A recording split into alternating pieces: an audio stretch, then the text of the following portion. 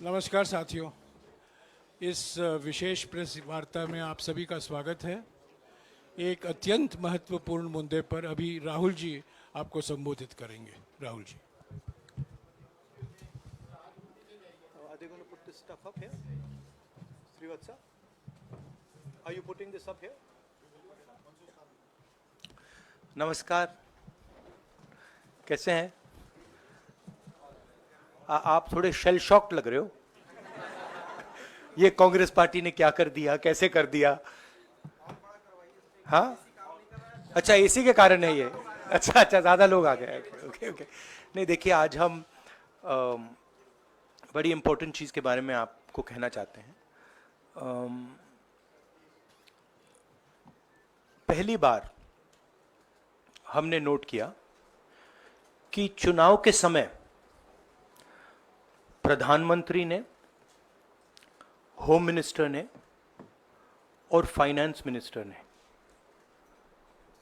Stock market पर टिप्पणी दी।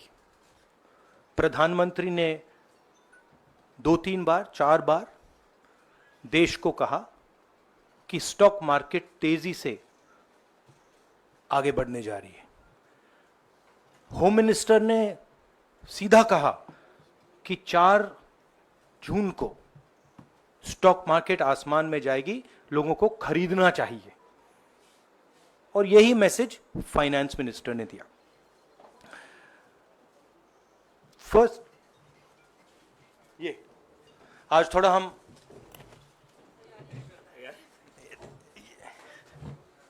तो ये क्रोनोलॉजी है। अमित शाह कहते हैं बाय शेयर्स बिफोर 4 जून। 19 में नरेंद्र मोदी जी कहते हैं stock market will break records on June 4। फिर 28 मई को रिपीट करते हैं। 1 जून मीडिया झूठे एग्जिट पोल रिलीज करती है। बीजेपी का ऑफिशियल जो इंटरनल सर्वे था वो उनको 220 सीट दे रहा था। तो ये इंफॉर्मेशन बीजेपी के लीडर्स के पास था। इंटेलिजेंस एजेंसीज ने 200 और 220 के बीच में सरकार को बताया था कि उनकी सीट्स आ रही हैं। 3 जून को स्टॉक मार्केट सारे रिकॉर्ड तोड़ देता है और 4 जून को खटाक से स्टॉक मार्केट अंडरग्राउंड चला जाता है। अगला स्लाइड दिखाइए जरा। ये देखिए, 31 मई massive stock activity, more than double what was there on 30th, more than double what was there on 29, 28। ये अनोमली देखिए। ये कौन लोग हैं? ये वो लोग हैं जो जानते हैं कि कोई ना कोई घपला हो रहा है। हजारों करोड़ रुपए यहां पे इन्वेस्ट हुए हैं, फॉरेन इन्वेस्टर्स ने इन्वेस्ट किए हैं। और उसके बाद 30 लाख करोड़ रुपए का लॉस होता है। किसका लॉस होता है? रिटेल इन्वेस्टर्स का लॉस होता है। तो ये जो आप देख रहे हैं, हिंदुस्तान की स्टॉक मार्केट की हिस्ट्री का सबसे बड़ा स्कैम है। और इसके बारे में हम कुछ सवाल पूछना चाहते हैं। पहला सवाल, why did PM and HM give specific investment advice to the 5 crore families investing in the stock market? Is it their job to give investment advice? Second, why both interviews were given to the same media house owned by the same business group, which is also under SEBI investigation for manipulating stock market? Third, what is the connection between the BJP, the fake exit pollsters, and the dubious foreign investors? who invested one day before the exit polls were announced and made a huge profit at the cost of 5 crore families. We demand a JPC into this. We are absolutely convinced that this is a scam. Somebody has made thousands of crores of rupees at the cost of Indian retail investors, and the Prime Minister and the Home Minister have given an indication to buy. And this is a criminal act. So we demand today a joint parliamentary committee to investigate this. मैं हिंदी में बोल देता हूं, प्रधानमंत्री ने देश की जनता को इन्वेस्टमेंट एडवाइस क्यों दी, और 5 करोड़ परिवारों को जो इन्वेस्ट करते हैं उनको प्रधानमंत्री ने, होम मिनिस्टर ने स्टॉक खरीदने का आदेश क्यों दिया। दूसरा, दोनों इंटरव्यूज जो किए गए थे वो अदानी जी के जो चैनल्स हैं उनको दिए गए थे, उन पर सेबी का इन्वेस्टिगेशन हो रहा है, तो उन चैनल्स का क्या रोल है।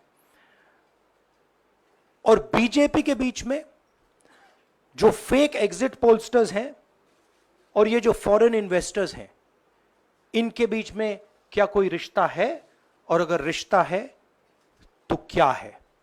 हम जेपीसी चाहते हैं, हम इन्वेस्टिगेशन चाहते हैं, और देश इसकी सच्चाई जानना चाहता है। धन्यवाद। शुक्रिया राहुल जी। साथियों, अभी अभी राहुल जी ने आपको स्पष्ट तरीके से क्रोनोलॉजी समझ लिया है। बार बार गृह मंत्री कहते थे अब क्रोनोलॉजी समझिए। आज राहुल जी ने देश को क्रोनोलॉजी समझाया है। इसके ऊपर अगर आपके सवाल हैं तो एक एक करके आप पूछेगा, एक एक करके पूछेगा।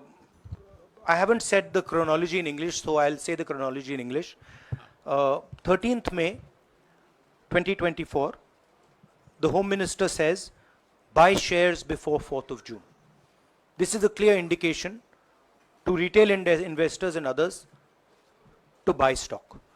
19th May, for the first time, and then repeatedly until the 28th May, the Prime Minister says that the stock market is going to break records on 4th June. Finally, on 1st June, completely fictitious exit polls are released. These investors are given a completely wrong impression.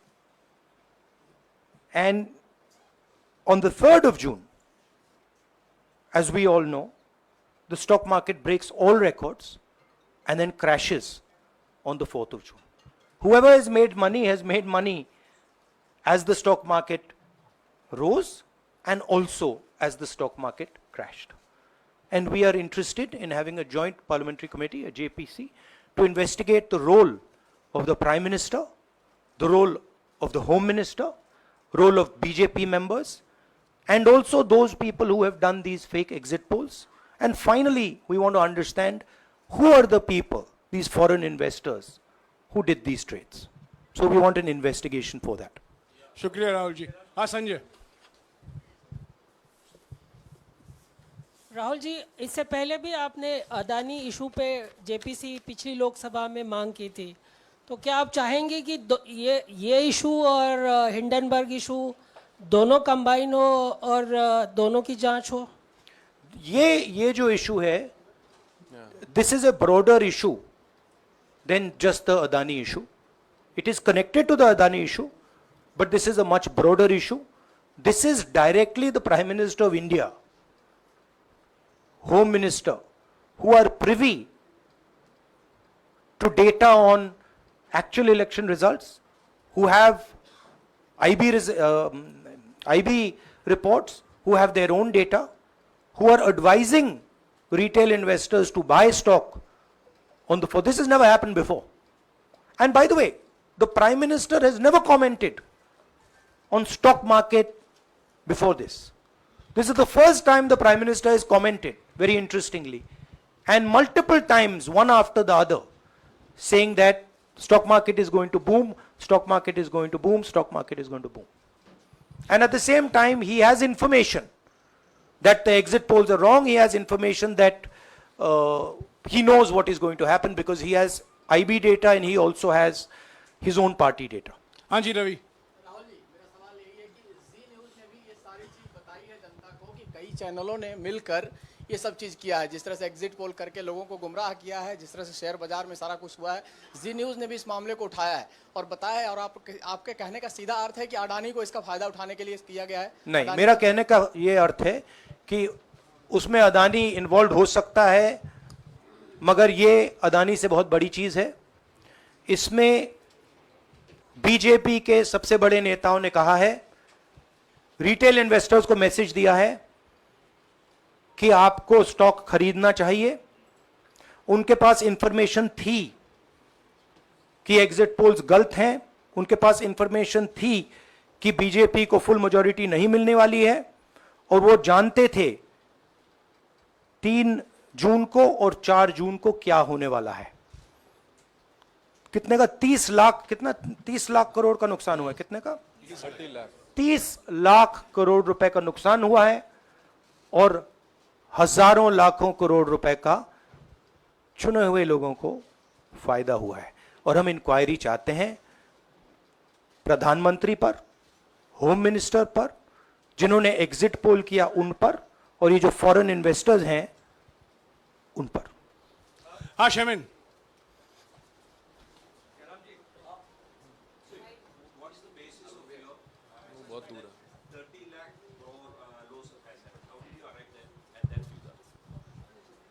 Do you want to explain? This is based on the value, market value of all the companies the day before the results came, and the market value of the stock markets of all the companies at the end of the day on results. हाँ संजीव, एक minute Sanjeev. Rahul ji, you've talked about, are you alleging the involvement of the Prime Minister and the Home Minister? Yes. And whose money is it? Yes, Are you that, saying that it is what I their am money? saying. I am saying that people very high up in the BJP have carried out this scam. I am saying they had partners who carried out these exit polls. We would like to know if these exit polls were actually carried out, if people were actually sent out, and we'd also like to know the methodology of these polls. We'd like to understand who these investors are. We have some sense of who these investors are. So we are not just speaking out of the air. We are confident that if an investigation is done, interesting things will be revealed. And we think the Prime Minister and Home Minister are directly involved in this. हाँ Siddharth, companies की भी आपको लगता है जांच होनी चाहिए जिनके शेयर बहुत अप गए, जिनके सबसे ज्यादा शेयर खरीदे गए और जिनके शेयर उसके बाद में बीच में बेचे भी गए, तो उन कंपनीज का भी को भी इस दायरे में आना चाहिए, आपको लगता है? हमारा कहना है कि यहाँ पे बड़ा क्लियर है कि स्कैम हुआ है। प्रधानमंत्री ने डायरेक्टली कहा है, होम मिनिस्टर ने डायरेक्टली कहा है, इंडिकेट किया है जनता को कि स्टॉक मार्केट ऊपर जाएगी। होम मिनिस्टर ने तो साफ कह दिया कि खरीदना चाहिए। और जब प्राइम मिनिस्टर और होम मिनिस्टर और फाइनेंस मिनिस्टर ऐसी बात करते हैं तो उसका रिएक्शन आता है, लोग उसको बिलीव करते हैं। तो बिल्कुल क्लियर है कि इन 3 लोगों ने कहा है। यह भी क्लियर है कि इनको मालूम था कि रिजल्ट 400 का नहीं है, 300 का भी नहीं है। तो ये हम पता लगाना चाहते हैं, उसमें आप जो कह रहे हो वो भी शामिल है।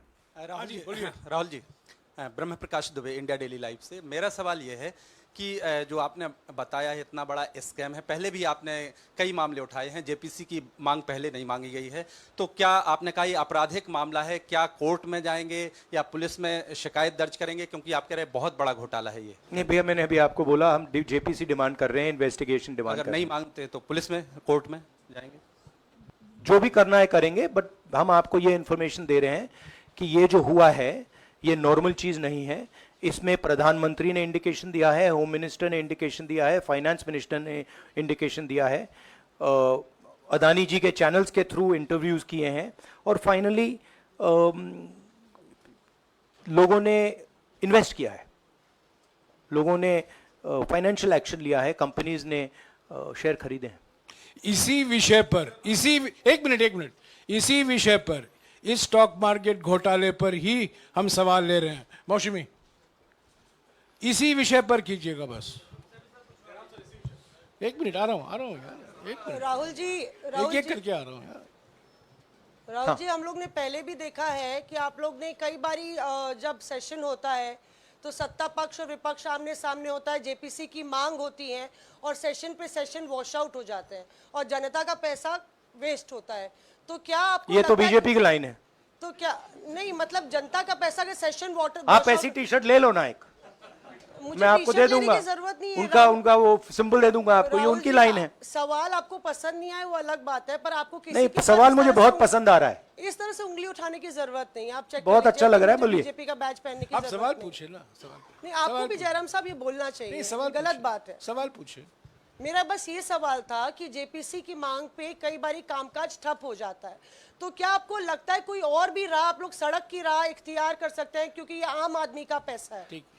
हम जनता को एक रियलिटी बता रहे हैं कि यहाँ पे क्लियरली एक स्कैम हुआ है। यहाँ पे प्राइम मिनिस्टर ने इंडिकेट किया है, यहाँ पे होम मिनिस्टर ने इंडिकेट किया है, यहाँ पे फाइनेंस मिनिस्टर ने इंडिकेट किया है। नॉर्मली बीजेपी की ये पोजीशन होती है कि जब भी हम कोई मुद्दा उठाते हैं तो हम पार्लियामेंट का टाइम वेस्ट कर रहे हैं। वही पोजीशन आपने अपनाई है, इसीलिए मैंने आपसे कहा कि देखिए आप बीजेपी की पोजीशन ले रही हैं। रियलिटी, एक सेकंड, रियलिटी ये है कि हम जेपीसी करवाएंगे। अब ऑपोजिशन में बहुत ज्यादा ताकत है, बहुत ज्यादा स्ट्रेंथ है, और पूरा जो पार्लियामेंट की सिचुएशन है वो बदल गई है। हाँ जैनेंद्र, राहुल जी, जेपीसी की मांग जो आपने की है वो तो पार्लियामेंट सेशन में होगी, लेकिन ये जो आम निवेशक हैं देश भर के जिनका 30 लाख करोड़ डूबा है, उनमें कर्नाटक के, तेलंगाना के, हिमाचल के भी लोग होंगे। तीनों राज्यों में आपकी सरकार है, क्या राज्य की जो जांच एजेंसी है उसके जरिए आप जो उन राज्यों के निवेशकों का कम से कम पैसा डूबा है, ये जो आप पूरे नेक्सस की बात आप कर रहे हैं, गुमराह करने की बात कर रहे हैं, क्या वहां से कोई इसके बारे में कार्रवाई की हम उम्मीद कर सोचा जा सकता है, सोचा जा सकता है, बट ऐसी चीज के लिए शायद जेपीसी सही औजार होगा। हाँ Ranjita, last question. Ranjita, okay, Mohit is asked, Ranjita यार, आप पूछते रहे। मोहित चलो। आपको ऐसे सर मैं He's upset with me. Sir मैं मोहित आपने चमत्कार किया, पूछ लीजिए। सर मैं मोहित हूँ, न्यूज नेशन से। नहीं, जानता हूँ। सर लगातार पिछली घोटालों में भी आपने जेपीसी की बात की थी, आपने हर जांच की बात की, और ये एक बड़ा घोटाला सामने आया, इसमें भी आप जेपीसी की मांग कर रहे हैं। कितनी उम्मीद है कि लोग जेपीसी की ये लागू करेंगे? आपको क्या लगता है कि ये जेपीसी लागू करने वाले, अगर नहीं करेंगे फिर क्या करेंगे आप लोग? नहीं, हम प्रेशर लगाएंगे, डालेंगे, बट मुझे लगता है कि जो पहले राजनीतिक सिचुएशन थी, जिस इम्प्यूनिटी के साथ प्रधानमंत्री पहले काम करते थे, मुझे लगता है वो अब खत्म हो गया है, तो दूसरा नतीजा आएगा।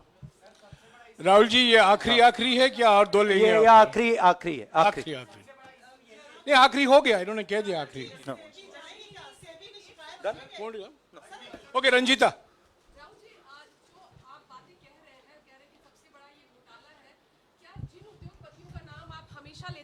चुनावी जो रैलियां रही हैं उसमें भी और उसके बाद भी, क्या आप कहना चाहते हैं कि सरकार ने मदद की है उन उद्योगपतियों को और अमीर बनाने में?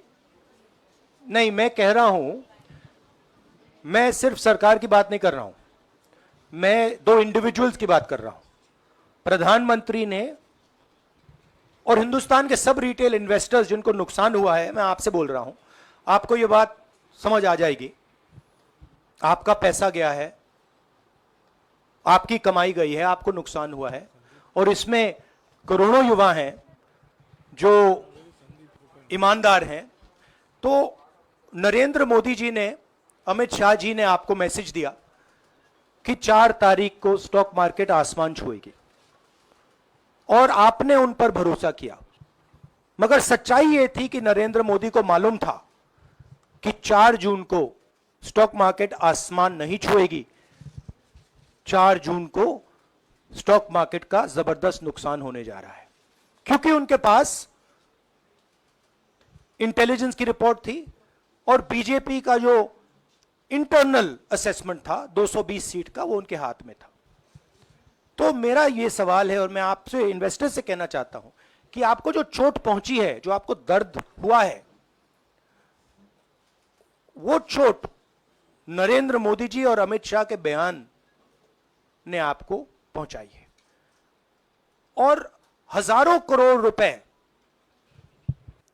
किसी ना किसी ने चोरी की है। वो आपके जेब से गए हैं, रिटेल इन्वेस्टर्स के जेब से गए हैं। तो मैं चाहता हूं, आपके लिए बोल रहा हूं, मैं आपके लिए बोल रहा हूं कि इन्वेस्टिगेशन होना चाहिए, पता लगाना चाहिए कि प्रधानमंत्री जी ने, होम मिनिस्टर ने आपको यह गलत इंफॉर्मेशन क्यों दी और ये कौन लोग हैं, इन्वेस्टर्स जो हैं, फॉरेन इन्वेस्टर्स हैं, जिन्होंने इस दिन फायदा उठाया। ये देखिए ग्राफ है, ये रेड चार्ट जो है, इसको देख लीजिए। ये नॉर्मल ट्रेडिंग है, ये नॉर्मल ट्रेडिंग है, ये ग्रे वाली नॉर्मल ट्रेडिंग है। और ये जो ट्रेडिंग है, ये अबनॉर्मल ट्रेडिंग है, ये 2-3 गुना है। और फिर ये हुआ है नुकसान। तो ये नरेंद्र मोदी जी और अमित शाह से मैं पूछ रहा हूं कि आप में इसमें आपका क्या रोल था, और रिटेल इन्वेस्टर्स के लिए पूछ रहा हूं, आपकी मदद करने के लिए पूछ रहा हूं, और इन्वेस्टिगेशन होगा तो आपके लिए होगा। धन्यवाद, शुक्रिया। Thank you.